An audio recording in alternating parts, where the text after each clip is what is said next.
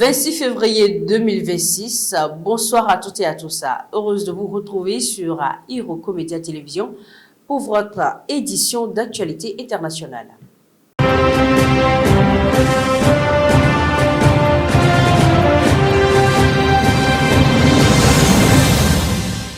Nous ouvrons ce journal avec la diplomatie africaine. Le président congolais Félix Tshisekedi était à Paris pour un entretien avec Emmanuel Macron dans un contexte marqué par la situation sécuritaire dans l'est de la RDC et les enjeux au sein de la francophonie.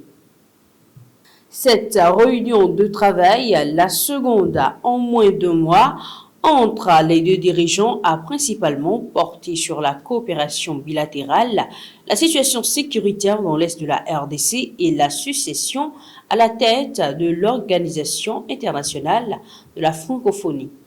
Les discussions ont notamment concerné la reprise des combats dans l'est du pays. La France a réaffirmé son attachement au respect de la souveraineté des États tout en se montrant préoccupé par l'intensification des affrontements. De son côté, Félix Tshisekedi a plaidé pour un renforcement de la pression internationale sur le Rwanda, soupçonné de soutenir les rebelles.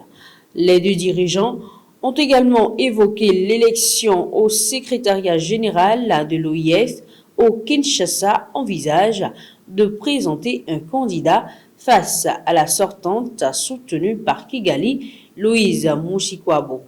La RDC espère notamment obtenir l'appui de Paris dans cette bataille diplomatique.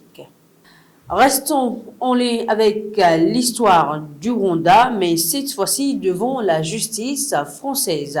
À Paris, le procès en appel de Claude Mwarimana entre dans une phase décisive. Cet ancien chauffeur est accusé d'avoir transporté des miliciens interarmés vers des sites de massacre durant le génocide des Tutsis au Rwanda. Déjà condamné à 14 ans de prison en première instance, il continue de clamer son innocence. Durant plusieurs semaines, rescapés, historiens et témoins se sont succédés à la barre. Les experts ont décrit un homme psychologiquement stable, capable d'agir librement, un point central pour déterminer sa responsabilité. Les parties civiles contestent sa version et l'accusent de nier les témoignages. De son côté, la défense insiste sur l'absence de preuves matérielles fréquentes dans les procès liés au génocide plus de 30 ans après les faits. En Afrique du Sud, le gouvernement évoque des signes encourageants pour l'économie malgré des défis toujours importants. Lors de la présentation du budget au Parlement, le ministre des Finances, Enoch Gondwagana, a salué des indicateurs jugés encourageants, même si le chômage reste élevé. La croissance a atteint environ 1,4% en 2025 et pourrait progresser à 1,6% en 2026. Le pays a aussi quitté la liste grise du groupe d'action financière, tandis que l'agence Standard & Poor's a relevé la note souveraine du pays. Toutefois, le Fonds monétaire international reste prudent face à une dette publique proche du 79% du PIB, malgré les assurances du gouvernement.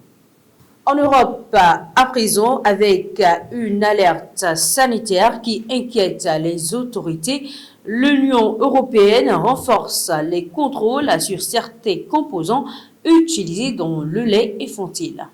Les soupçons se portent sur un fournisseur chinois installé à Wuhan qui fournit de l'acide arachidonique, un composant utilisé dans la fabrication de certains laits pour bébés. Désormais, les douanes européennes devront vérifier au moins la moitié des importations de cette substance. L'objectif est de limiter tout risque sanitaire lié à la présence de la toxine céréulide. L'alerte avait été lancée dès décembre via le système européen RASFF entraînant rappel de produits et avertissements dans plusieurs pays européens. De son côté, l'Autorité européenne de sécurité des aliments a également renforcé les seuils de surveillance. L'origine exacte de la contamination reste toutefois en cours d'investigation.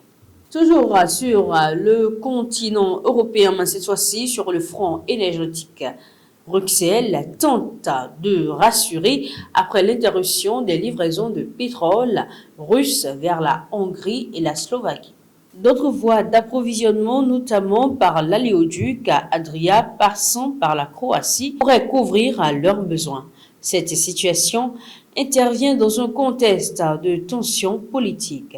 Le Premier ministre hongrois Viktor Orbán menace de bloquer certaines décisions européennes, dont un important soutien financier à l'Ukraine si les livraisons de pétrole ne reprennent pas.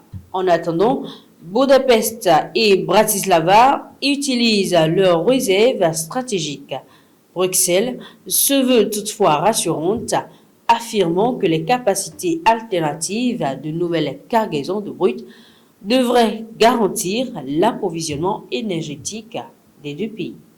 Et pour terminer cette édition, regard vers la diplomatie internationale. De nouveaux pourparlers entre l'Iran et les États-Unis se tiennent à Genève aujourd'hui autour du programme nucléaire iranien. Cette troisième série de discussions intervient dans un climat incertain marqué à la fois par des efforts diplomatiques et par des menaces militaires. Téhéran souhaite concentrer les négociations uniquement sur le nucléaire et réclame la levée des sanctions économiques qui pèsent sur son économie. Les autorités iraniennes assurent ne pas chercher à se doter de l'arme nucléaire et défendent leur droit à l'usage civil de cette technologie. De leur côté, les États-Unis dirigés par Donald Trump veulent élargir les discussions au programme de missiles balistiques et au soutien iranien à certains groupes armés. Malgré les divergences, les deux camps affirment privilégier la voie diplomatique, même si l'option militaire reste évoquée. C'est la fin de ce journal sur Iroko Media Télévision, chers téléspectateurs et abonnés. Merci pour votre fidélité et à très bientôt pour une nouvelle édition.